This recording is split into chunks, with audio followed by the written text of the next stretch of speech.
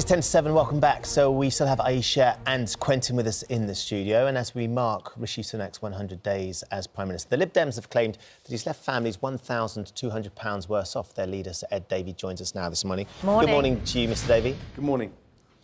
So look, £1,200 is what you're claiming Rishi Sunak's government have left the average family worse off. The government will argue, of course, that what they're dealing with is a cost of living crisis, a war in Ukraine that nobody sort of could have foreseen happening with the effect that it's had on the energy crisis as well. And they are providing billions of pounds and already have to try and support families through the issues that they're facing. Yeah, but I think your viewers will be realising how tough it is out there. They're paying higher mortgages, they're paying higher food bills, and they're paying higher energy costs as well. And the government just aren't taking the action. They seem completely out of touch. And Rishi Sunak, who was Chancellor for 2 years and didn't do anywhere near enough, and in his first 100 days as Prime Minister has failed to do enough then. And if you look at what's down the line, they're allowing energy bills, they're pushing energy bills up this April by another £500. And so it looks like they're completely out of touch with what ordinary people are going through. What's your proposal on energy bills as the Lib Dems? Well, we think they should freeze the energy price cap this April, not put it up by another £500. If they froze it and help people with those bills, it cost about £3 billion, and they could afford to pay that by having a proper windfall tax on the oil and gas giants who've been making tens of billions of pounds. And Rishi Sunak, both as Chancellor and now Prime Minister, has failed to tax those huge profits properly.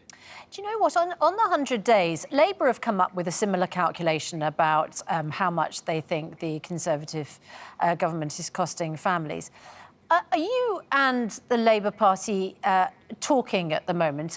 You know, we're looking at the next general election. 7 out of 10 people apparently don't think that Rishi Sunak will even be Prime Minister by the next general election.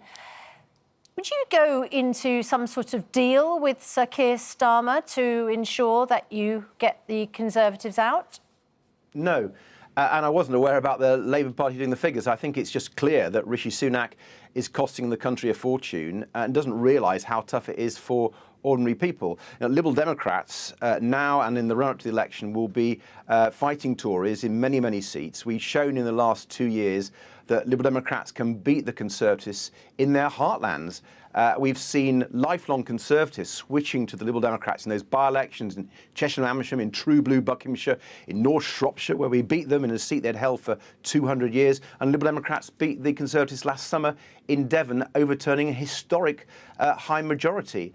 And in the local elections last year, we were the party with the biggest gains.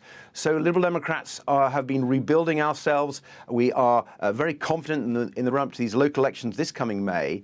And we think the policies we're putting forward today, for example, support for people who are facing repossession because they can't afford their mortgages, help for renters who could be facing eviction at the moment under this tough climate, as well as freezing the energy price this April. So all those policies, I think, speak to the problems that people are facing. Yeah, because you're very critical, of course, of the Conservative government.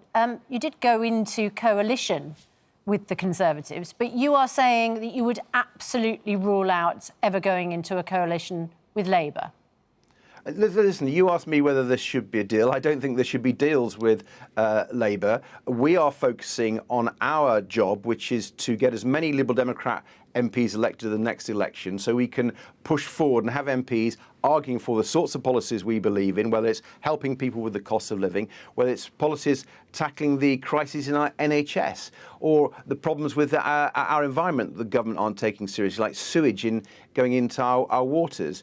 We have a very independent Liberal Democrat set of policies which I think are incredibly attractive. And my job as leader is to make sure as many people hear about them. So I'm very grateful that I'm on your show today.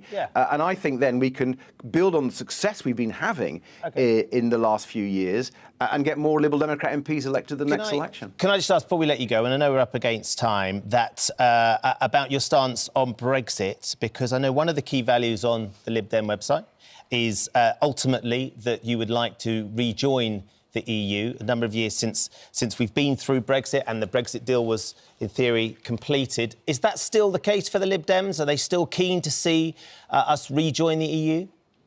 Well, Liberal Democrats remain very pro-European. We voted against the trade deal that Johnson brought for Parliament because it's been such a bad deal. And I think time has shown that we are right to reject that dreadful trade deal. I don't think rejoin is on the agenda at the moment. What is on the agenda is getting a much closer relationship with our European partners for trade. It might not be on the agenda, but is it still one of the key values for the Liberal Democrats, that ultimately people who are voting for the Liberal Democrats are voting for the opportunity to rejoin the EU? Well, I think the key value is about being pro-European. We believe that it's better for British people that we work with our closest neighbours, whether it's on trade, whether it's on dealing with organised crime, whether it's dealing with environmental problems like climate change. It just makes sense to work closely with our neighbours. And the dreadful trade deal that the Conservatives negotiated is harming businesses and harming families across our country. It's put up prices. It's meant that businesses are less successful. It's reduced our exports. It's been a thoroughly bad thing. And if we're going to build back and build trust with our European partners so we can have a more successful economy, we've got to get better, closer trading relationships. Sir Ed Davey, leader of the Liberal Democrats, thanks very much indeed. Quentin, a rear admiral in his pedalo. Are you clear what the Liberal Democrats stand for? They stand for getting elected. That's all. I mean, like all politicians, they just say anything to try and get elected. Ed Davey wouldn't really answer that question about going back into Europe, would he? No. We all know that. Well, do you remember one of their slogans? They're desperate to get back. One of their slogans a couple of years ago was a word to Brexit that we can't even broadcast at this time of the morning. They got smashed at the last general election, and you know Jo Swinson sort of lost her seat. So I think, but it's still there. One of their key values on their website is what they stand for is to ultimately be joined. But as Quentin said, he's just not saying. No, they never. Yeah, but I think from an electoral point of view, they know that didn't serve them well. I thought what was more interesting was his answer on Labour.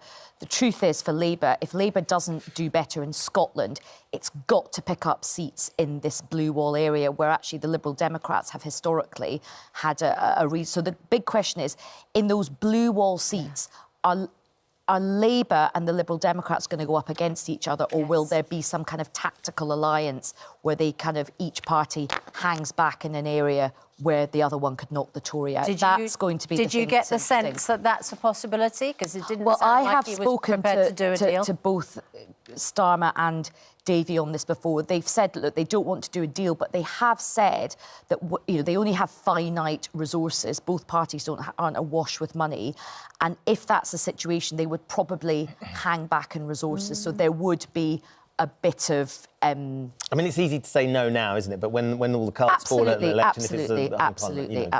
And look, there are many people behind the scenes who will argue that both parties are already eyeing up each other's policy platforms to say, right, OK, where could we align?